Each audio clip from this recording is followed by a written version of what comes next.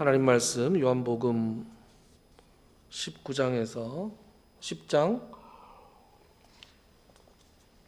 19절부터 31절 말씀인데요. 제가 기록을 좀 잘못했네요. 42절이 아니라 31절입니다. 제가 읽겠습니다. 이 말씀으로 말미암아 유대인 중에 다시 분쟁이 일어나니 그 중에 많은 사람이 말하되 그가 귀신 들려 미쳤거늘 어찌하여 그 말을 듣느냐 하며 어떤 사람은 말하되 이 말은 귀신 들린 자의 말이 아니라 귀신이 맹인의 눈을 뜨게 할 수 있느냐 하더라. 예루살렘의 수전절이 이르니 때는 겨울이라. 예수께서 성전 안 솔로몬 행각에서 거니시니 유대인들이 애워싸고 이르되 당신이 언제까지나 우리 마음을 의혹하게 하려 하나이까. 그리스도이면 밝히 말씀하소서 하니 예수께서 대답하시되 내가 너희에게 말하였으되 믿지 아니하는도다. 내가 내 아버지의 이름으로 행하는 일들이 나를 증거하는 것이거늘 너희가 내 양이 아니므로 믿지 아니하는도다.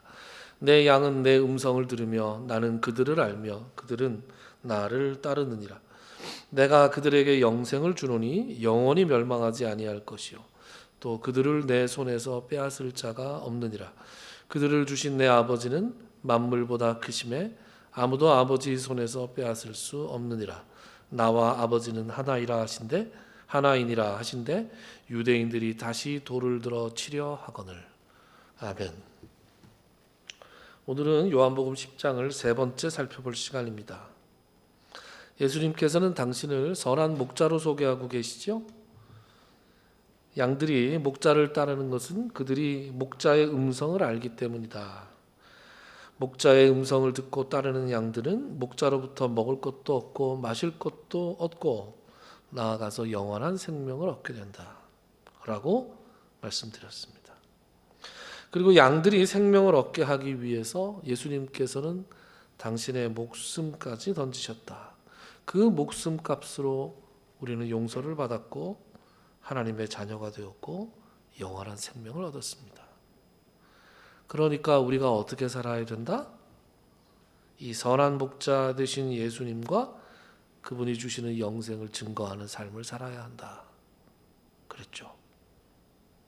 예수님의 이런 말씀이 주어지자 유대인들, 바리새인들 사이에서 분쟁이 일어났다 그랬습니다. 분쟁. 19절부터 21절까지의 말씀이 그런 것이죠. 이런 귀신 들려 미친 사람의 말을 듣고 있느냐? 그랬더니 또 어떤 사람들은 이 말이 귀신 들린 사람의 말이 아닌 것 같다. 귀신 들린 사람이 귀신이 어떻게 보지 못하는 자의 눈을 뜨게 할 수 있느냐. 그렇게 옥신각신하는 분쟁이 일어났다. 근데 여러분, 미쳤다, 귀신이 들렸다 라고 말하는 것은 사실 모르겠다 라고 말하는 것과 같은 말입니다. 모르겠다는 말의 다른 표현이죠. 하늘에 속한 말씀을 하는데 땅에 속한 사람들이 그것을 이해할 수 있었겠습니까? 인간의 한계를 뛰어넘는 것 같은 놀라운 일들이 벌어지기는 하는데 그것을 부정할 수는 없으나 자기들이 가지고 있는 기존 관념으로는 도저히 납득이 안 되는 그런 말씀들도 하시고 그래서 놀랍고 대단해 보이기는 하는데 무언가 자기들이 지금까지 구축해 놓은 어떤 틀을 벗어나는 것이 너무나 불편한 거예요. 그래서 그 불편함을 표시하니까 자기들이 야단을 맞는 거예요. 너희들은 그래서 안 돼. 이렇게.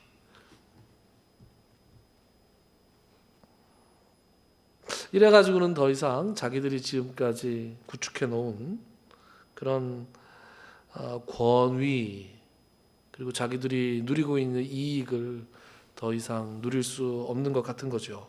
그래서 고작 생각해내는 게 뭐예요? 미쳤다. 귀신이 들렸다. 애써 무시하는 겁니다. 그나마 좀 양심이 있는 사람들은 분명한 증거 때문에 갈등을 합니다. 귀신이 들려서 미친 사람이 어떻게 이런 일을 행할 수 있겠어? 이렇게. 하지만 그들도 역시 그 정도의 수준의 갈등과 의문에서 더 이상 나아가지는 못합니다. 그래서 성경은 누차 말하는 바 믿음은 하나님의 선물이다. 그러는 거죠. 음성을 듣고 내 목자구나 라고 본능적으로 알아듣는 것이 그분의 선택을 받은 사람들인 거죠. 자, 유대인들의 반응은 늘 이런 거니까 여기까지만 살펴보고 진도를 좀 나가 봅시다. 바리새인들의 분쟁을 일으키는 것으로, 바리새인들이 분쟁하는 것으로 선한 목자의 비유로 시작된 담화가 일단 끝이 납니다. 그리고 이제 배경이 바뀌어요. 그 배경 바뀌는 것이 22절입니다. 22절 같이 읽어볼까요? 시작. 예루살렘에 수전절이 이르니 때는 겨울이라. 아멘. 수전절이라 그러죠. 여러분 수전절이 뭔지 아십니까? 수전절이라는 것도 있어? 이런 표현. 6월절 지난번에 절은 다 한 거 아니야? 네, 수전절이라고 있습니다. 수 지킬 숫자예요. 절은 뭘까요? 집전자예요. 그러니까 성전을 지키는 날, 뭐 이런 뜻입니다. 수전절.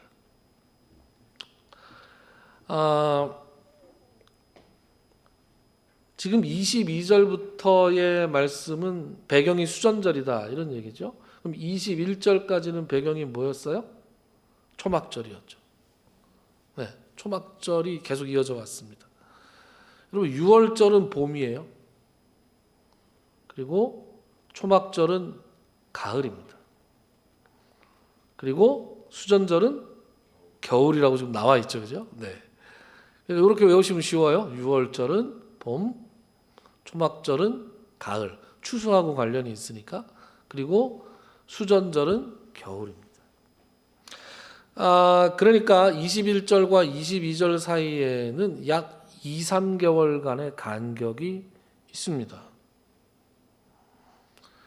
2, 3개월 동안 예수님께서는 계속해서 말씀을 전하시고 또 표적을 행하셨겠죠. 그리고 바리새인들의 분쟁은 끝나지 않았습니다. 이 수전절이라는 것을 성경이 언급할 때 지금까지 초막절이 그랬듯이 수전절이 배경이 되는 데는 다 이유가 있는 거죠. 그래서 이 수전절을 알려면 역사를 좀 알아야 되는데 오늘은 이 수전절에 대해서 좀 살펴보는 시간이 될 것 같습니다. 수전절은 여러분들께서 아시다시피 구약에서 하나님께서 율법으로 지키라고 명하신 그런 절기는 아닙니다. 하지만 이스라엘 역사에서 매우 중요한 날이죠. 그리고 오늘 이 수전절의 의미를 듣고 나면 왜 하필 이러한 대화가 수전절을 배경으로 해서 오고 갔을까라는 것에 대한 의문을 가지지는 않으셨겠지만 그렇지 않겠지만 뭔가 좀 더 깊은 말씀의 내용을 좀 더 깊이 말씀을 볼 수 있게 되는 것이죠. 이스라엘은 가나안 땅에 들어간 다음에 이제 오랜 다윗 솔로몬 이후에 북왕국과 남왕국으로 나누어지지 않았습니까? 북쪽에 이스라엘, 남쪽에 유다 이렇게 나눠져 있었습니다. 북쪽의 이스라엘은 주전, 그러니까 예수님께서 오시기 722년 전에 멸망했습니다. 아수르라는, 우리가 학교에서는 아시리아라고 많이 배운 그런 나라에 의해서 멸망했습니다. 남쪽 유다는 그 후에도 100년 이상을 150년 가까이 지속됐어요. 그래서 주전 586년에 바벨론에 의해서 멸망합니다. 그래서 젖과 꿀이 흐르는 가나안 땅, 하나님께서 그들에게 주신 그 가나안 땅에서 이스라엘 백성들이 완전히 쫓겨납니다. 애초에 가나안 땅을 주실 때부터 하나님께서 이스라엘 백성들에게 그랬죠. 너희들도 여기 와서 내 뜻대로 잘 살지 않으면 너희들이 지금 쫓아내고 있는 이 가나안 족속들처럼 너희들도 쫓겨날 것이다. 이렇게 하나님이 경고하셨어요. 하나님이 오래 참으셨죠. 오래 참으시다가 드디어 바벨론에 의해서 멸망시키십니다. 그래서 거기 있는 사람들이 죄다 바벨론의 포로로 잡혀갔죠. 나라도 없어지고 성전도 없어졌습니다. 그래서 그들은 더 이상 하나님께 제사 드리고 예배 드릴 공간을 갖지 못하게 됐어요. 그리고 70년, 예레미야 선지자의 예언대로 70년이 되었을 때 그들이 바벨론에서 돌아옵니다. 바벨론이라는 나라가 페르시아에 의해서, 성경에는 바사라고 나와요. 페르시아에 의해서 망하고 고레스라는 왕의 칙령으로 이스라엘 백성들을 자기네 고토 예루살렘 쪽으로 돌려보냅니다. 돌려보내는 제일 큰 목적은 가서 크신 여호와 하나님을 위한 성전을 재건해라. 그래서 이 70년을 도대체 어떻게 70년이냐 이렇게 따지는 사람들이 많은데, 제가 이렇게 저렇게 공부한 바로 가장 정확한 것은 성전이 파괴되었을 때부터 이스라엘 백성이 돌아와서 스룹바벨에 의해서 성전이 재건되기까지가 딱 70년이에요. 성전이 파괴된 시점부터 성전이 재건됐을 때가 딱 70년이 걸렸어요. 여호와 하나님께서 그들의 왕이지 않았습니까? 그들의 왕이 계시는 곳인 성전이 세상 나라와의 흥망성쇠와는 상관없이 그 성전이 섰을 때, 파괴되었을 때를 중심으로 그 나라의 역사가 진행됐던 것이죠. 그래서 거기에 그냥 나라는 없고 그냥 페르시아의 지배를 받으면서 일정 정도 속주 정도의 지위로 그들이 계속 살아가고 있었어요. 그러다가 페르시아가 여러분들이 잘 알고 계시는 알렉산더 대왕에 의해서 멸망을 합니다. 알렉산더는 마케도니아의 왕이었죠. 마케도니아. 얘기하면 머리가 아픈데 어쨌든 마케도니아가 그리스에 속했느냐 안 속했느냐 뭐 논쟁이 많아요. 근데 어쨌든 알렉산더가 동쪽으로 막 밀고 가서 오늘의 이란까지, 페르시아 제국의 영토였던 이란까지, 또 인도의 북부, 또 남쪽 이집트까지 다 이렇게 정복을 했어요. 어마어마한 제국을 건설을 했는데, 그 통에 이제 유대 지방은, 유대인들이 살던 곳은 이제 자기들은 가만히 있었는데 국적이 바뀌었죠. 그래서 거기가 페르시아에서 알렉산더 제국이 됐습니다.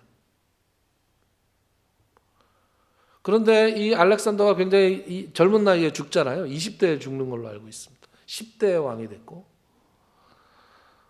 죽은 다음에 그 밑에 있던 그 4명의 장군이 나라를 쪼개 가졌어요. 서로 막 싸우고 해서 쪼개 가져가지고 지금의 유대 땅과 그 위에 시리아부터 시작해서 그 동쪽으로 뭐 이라크, 이란 이런 나라들이 있잖아요. 지금의 그 지역 제일 넓은 영토를 셀레우코스라고 하는, 뭐 잊어버려도 돼요. 셀레우코스라고 하는 장군이 거기를 다스리게 되면서 셀레우코스 왕조가 시작이 됩니다.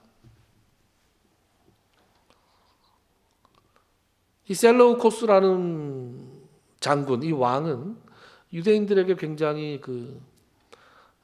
협조적이었어요. 그래서 뭐 특별히 말썽만 안 피우면 유대인들이 자기들 뜻대로 살 수 있도록 이렇게 관대하게 포용적인 정책을 폈습니다. 그런데 원래 옛날에 제국들은 다 그랬어요. 제국을 딱 해놓고 특별히 말썽을 안 부리고 세금만 잘 내면 세금을 좀 많이 내게 해서 그렇지 세금만 많이 내면 특별히 박해를 하지 않았어요. 그래서 처음엔 괜찮았는데 이 셀레우코스 이후의 사람들이 이제 점점 좀 달라지는 거죠. 대제국을 다스려야 됐기 때문에 이 사람들이 이 셀레우코스가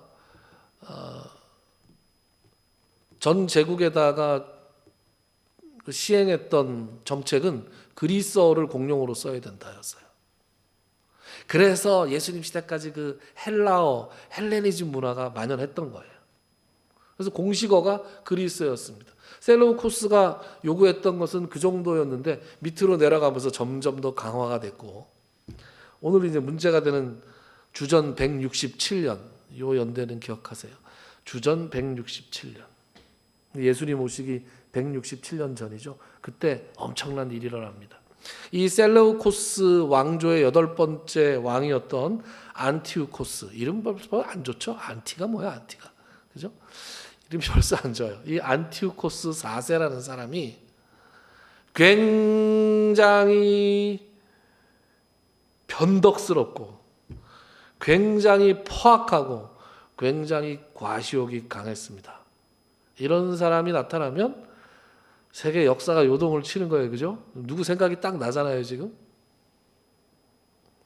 그래서 그때 로마가 막 힘을 키우고 올라오고 있었어요. 그래서 위협을 느꼈어요. 그래서 자기의 제국을 더 결속시키려고 말만 그리스어를 쓰게 했던 정책에서 모든 걸 다 그리스식으로 통일을 시켰어요. 그래서 그 중에 제일 중요하게 모든 민족, 모든 족속들은 다 그리스 신들을 섬겨야 된다. 이렇게 종교 통합 정책을 편 거예요. 누가 특별히 안 됩니까, 이게? 유대인들이 이게 안 되는 거죠. 유대인들이 뭐? 이렇게 된 거죠. 유대인들이 여기에 도저히 적응을 못 했는데, 적응을 못하고 어떻게 했겠어요? 반발을 했죠. 반발을 하니까 어떻게 했겠어요? 탄압을 했죠. 그래서 유대인들이 그때 굉장히 많은 억압을 받았습니다. 이 기록을 보면 이 사람이 굉장히 변덕스럽고 과시욕이 강하고 포악했다 그랬잖아요. 이 사람이 유대인들이 어떻게 반발하지 않을 수 없게 정책을 폈어요. 첫 번째, 예루살렘 성전에 제우스 신상을 세웠어요. 그런데 역사의 기록에 의하면 그 세운 제우스 신상의 얼굴이 자기 얼굴이었다. 그런 얘기가 있어요. 그리고 자기 자신을 뭐라고 불렀냐? 에피파네스라고 불렀대요. 에피파네스. 에피파네스가 뭐냐 하면 신의 현현이다. 자기가 신이다 이거죠. 자기를 그렇게 에피파네스라고 불렀는데, 그래서 역사적 기록에 보면 안티우코스 4세 괄호 열고 에피파네스 이렇게 나와요. 그런데 사람들은 그 에피파네스에서 피읍을 미음으로 바꿉니다. 그래서 에피마네스 이렇게 불렀대요, 뒤에서. 그게 뭐냐? 미친놈이라는 뜻이래요. 그래서 그런 기록, 재밌는 기록들이 있습니다. 이게 얼마나 눈에 선하죠, 어떤 일들이 벌어졌는지. 그래서 성전에다 제우스 신상을 세우고 유대인들이 제일 싫어하는 돼지를 제물로 바치고, 그리고 안식일을 지키거나 할례를 하거나 성경을 소유하면 사형을 시켰습니다.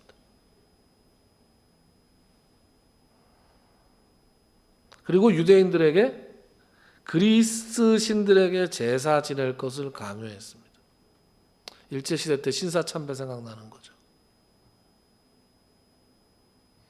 이런 짓을 하는 사람들은 꼭 벌을 받는다. 꼭 벌. 하나님께서 가만히 두시겠어요, 이런 사람들을?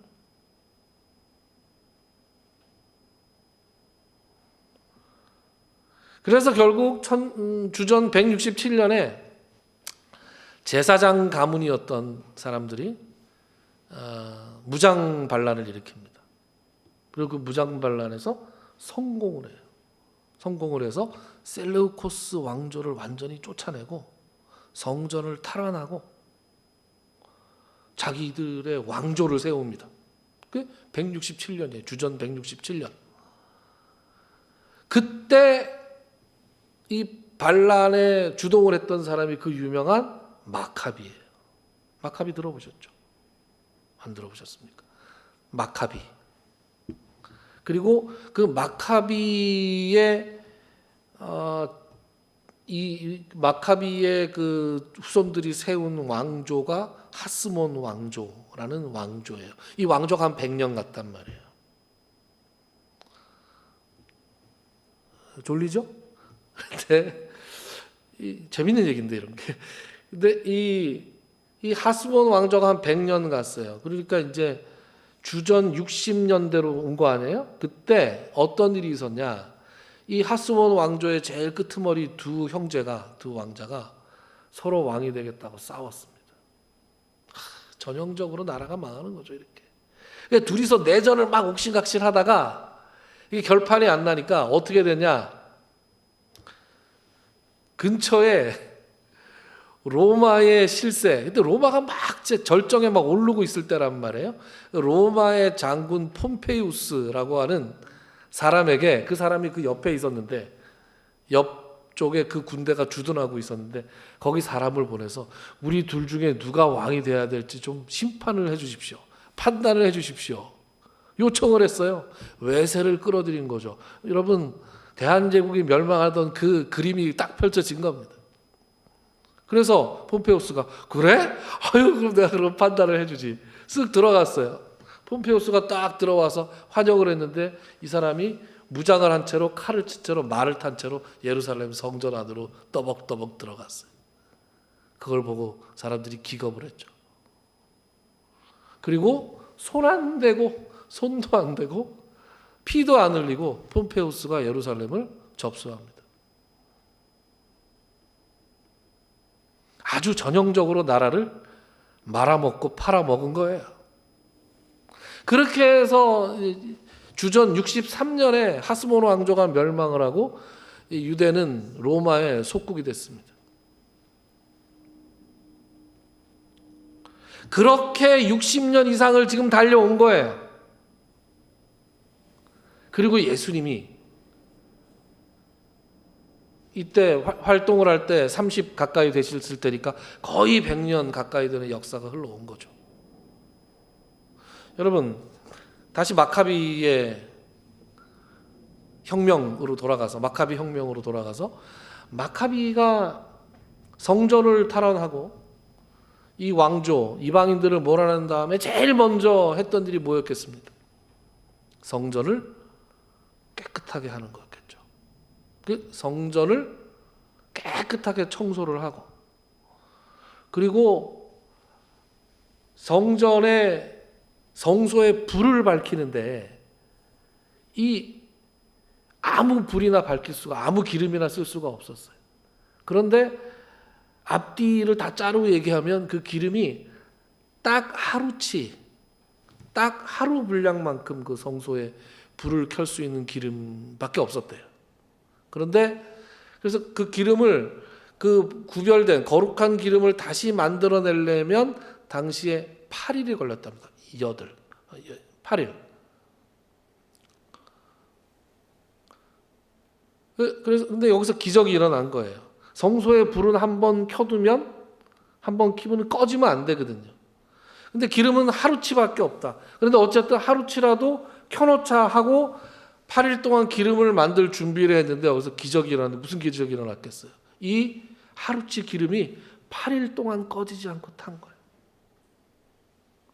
그리고 새로운 기름을 마련했을 때 그들이 그 성소의 불을 꺼뜨리지 않고 기름을 다시 넣을 수 있었다. 그것이야말로 그것처럼 이 모든 일이 하나님의 인도하심으로 하나님의 뜻에 합당한 것이라고 하는 그 명확한 증거가 어디 있었겠어요? 그죠? 그래서 이 기적을 기념해서 이 하누카라는 이 수전절을 이들이 지키는데, 수전절이라고 하는 말의 히브리어는 하누카입니다. 근데 이 하누카는 봉헌이라는 뜻이고요. 봉헌. 그래서 우리가 수전절이라고 번역을 하고, 다른 말로 빛의 축제 이렇게 부르는데 왜 빛의 축제냐? 이 하루치 기름이 8일 동안 계속해서 탔다고 해서 빛의 축제라고 부르고 이 축제 기간은 그래서 8일 동안 지속됩니다.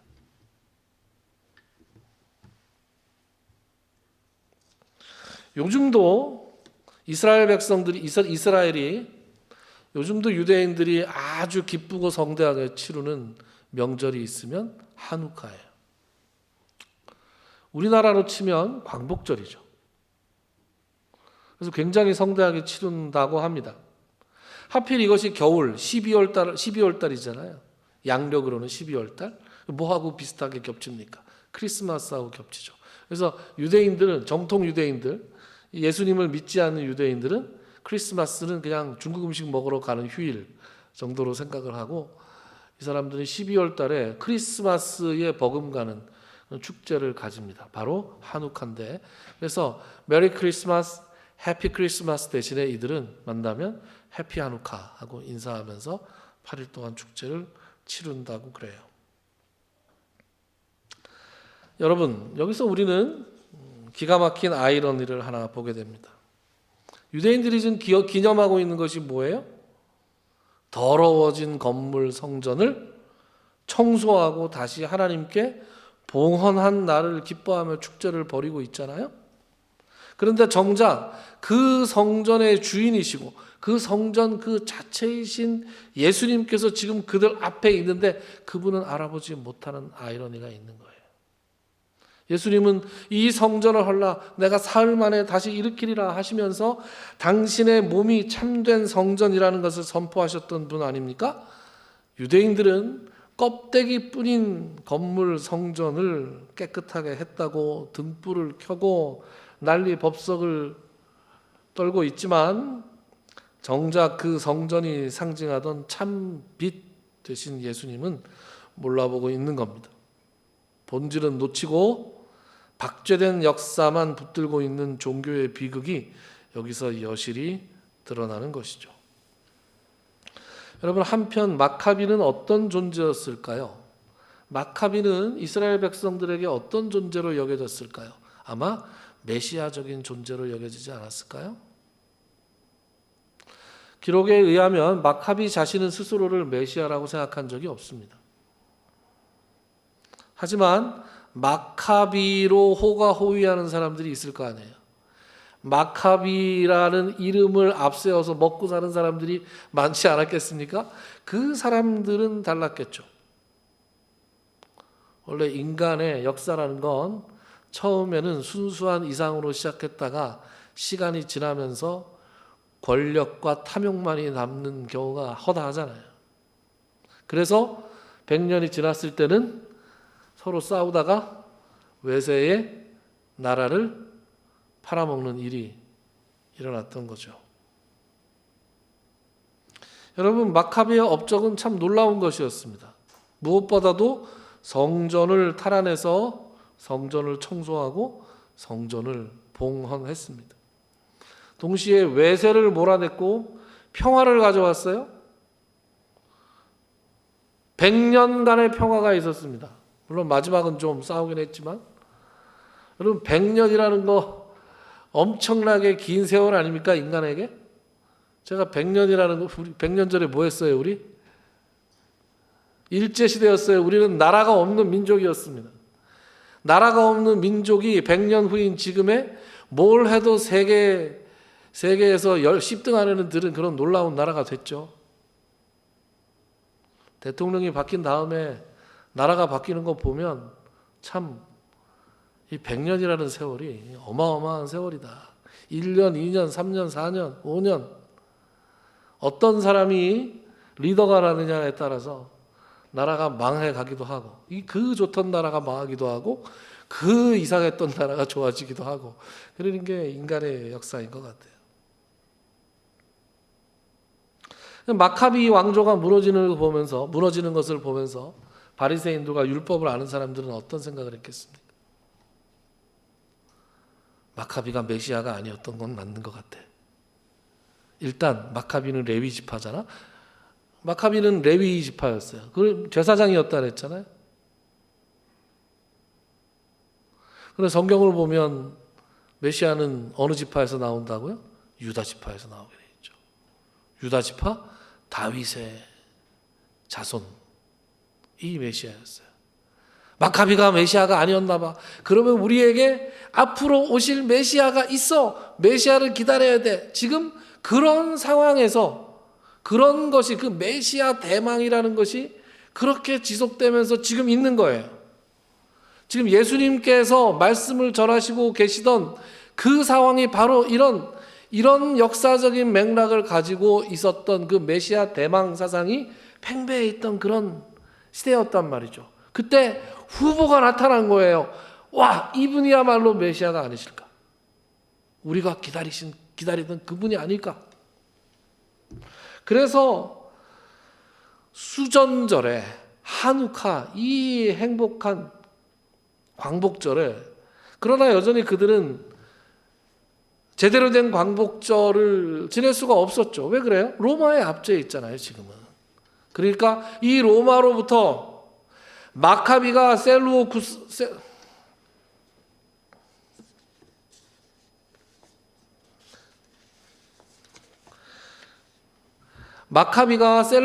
왕조를 몰아냈듯이 우리에게서 로마 왕조를 몰아내고 우리를 마카비처럼 해방시켜줄 인물이 필요하다라고 생각을 했고, 그 수전절에 사람들이 예루살렘에 많이 모이고 그리고 그 성전에 복닥복닥 했을 그 시절에 바리새인들은 그 사람들 사이에서 여느 때처럼 말씀을 가르치고 있는 그 예수님이 야속했을 거예요, 아마. 그렇지 않았겠어요? 저 양반은 뭐 하는 건가? 그래서 여러분 24절 말씀이 나오는 겁니다. 여러분 24절 말씀 우리 같이 한번 읽어보죠. 시작.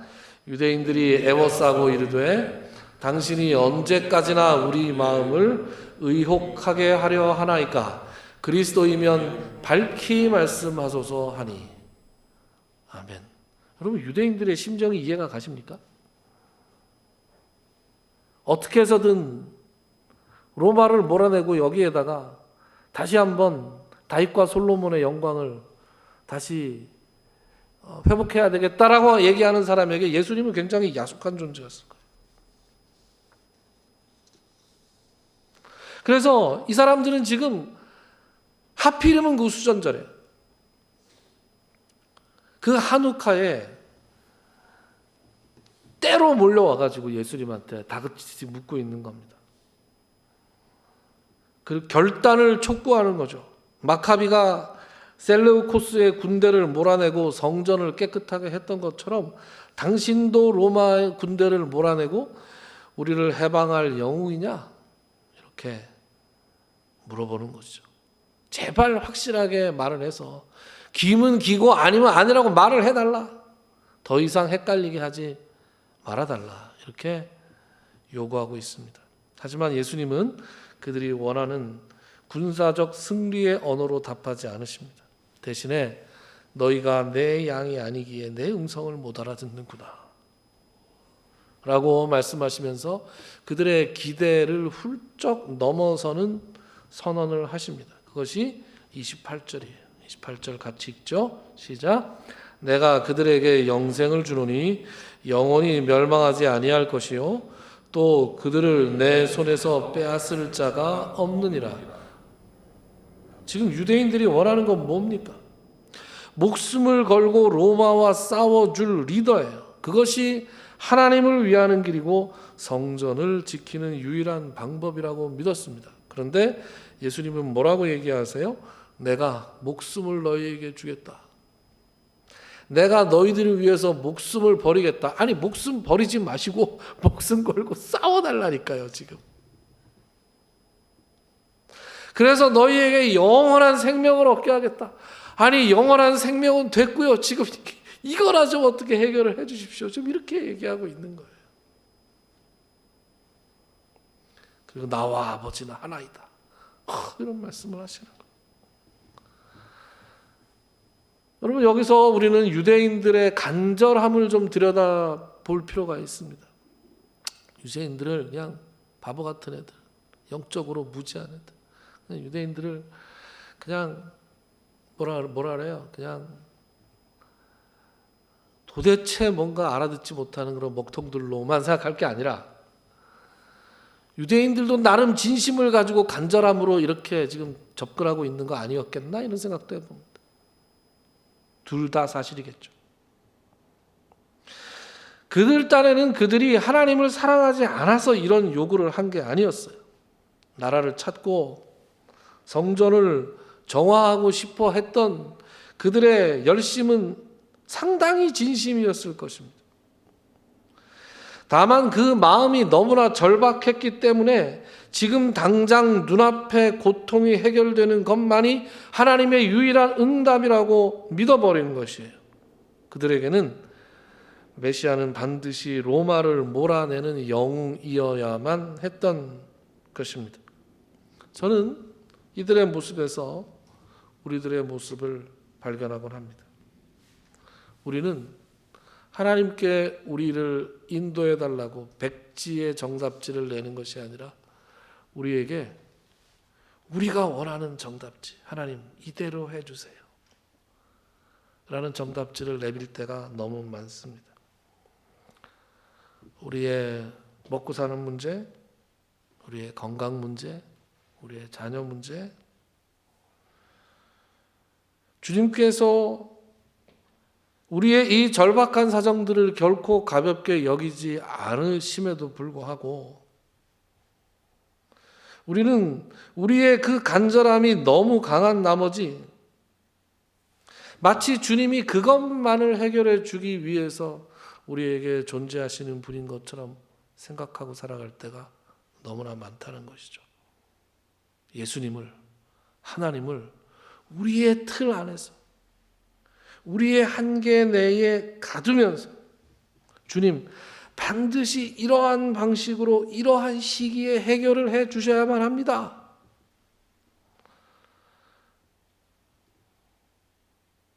우리의 생각보다 항상 높고 우리의 계획보다 항상 크신 하나님을 우리의 기대와 간절함의 틀 안에 가두어 버릴 때가 참으로 많은 것입니다. 그러나 선한 목자이신 주님의 시선은 우리가 구하는 일시적인 안락 넘어 우리 영혼의 근본적인 회복이 되는 영원한 생명에 머물러 계셨습니다. 예수님은 로마의 칼을 꺾을 영웅을 원했던 그들에게 죽음의 권세를 꺾을 목자가 되어서 아무도 빼앗을 수 없는 영생을 주고자 하셨습니다. 우리가 진짜 들어야 할 음성은 내 기대치를 만족시켜 주는 확답이 아니라, 내가 너에게 이미 영원한 생명을 주었고 그 누구도 너를 내 손에서 빼앗지 못할 것이다 라고 하는 든든한 사랑의 선포인 것입니다. 그러나 유대인들은 이 본질적인 말씀을 받아들일 수가 없었어요. 내가 정해놓은 메시아의 모습과 너무나 달랐기 때문입니다. 그 비극적인 결말이 오늘 본문의 마지막 구절입니다. 제가 읽을게요. 유대인들이 다시 돌을 들어 치려 하거늘. 여러분, 이 모든 장면들, 이 모든 역사들을 우리가 되짚어 보면 이 장면이 얼마나 가슴이 아픈 장면입니까? 그렇게 메시아를 기다렸어요. 수전절 축제를 벌일 때마다 정작 참된 메시아가 눈앞에 나타나기를 그렇게 간절히 기다렸는데, 진짜 메시아가 나타났을 때 그들은 그를 향해서 돌을 들어 던집니다. 하나님을 향한 그들의 뜨거웠던 열심이 역설적으로 하나님을 거부하는 무기가 되어버린 순간입니다. 내가 만든 응답의 틀 안에 예수님을 가두어 놓고 그 틀에 맞지 않는 말씀을 하신다고 해서 서운해하고 분노하고 급기야 돌을 던지려 하는 것, 하나님을 미워해서가 아니라 내가 믿는 하나님은 이러해야 되는데 라는 자기 확신이 너무 강했기 때문에 진짜 하나님의 음성을 향해서는 내 삶을 방해하는 소음처럼, 나에게 도움이 되지 않는 것처럼 여길 때가 너무나 많은 것입니다. 오늘 우리는 무엇을 들고 예수님 앞에 서 있습니까?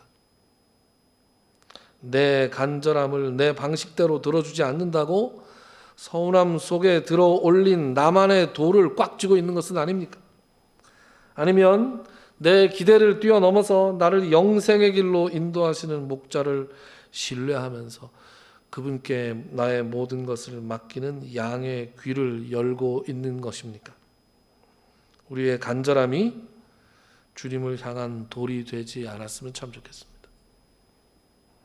대신 그 간절함을 가지고 우리를 절대 놓치지 않으시는 목자의 손 안으로 더 깊이 들어갑시다. 내 작은 확신과 내 그 옹졸한 정답지를 내려놓을 때 비로소 세상을 이기는 진짜 하나님만이 주실 수 있는 평안이 우리 삶에 시작될 수 있을 것입니다. 기도합시다.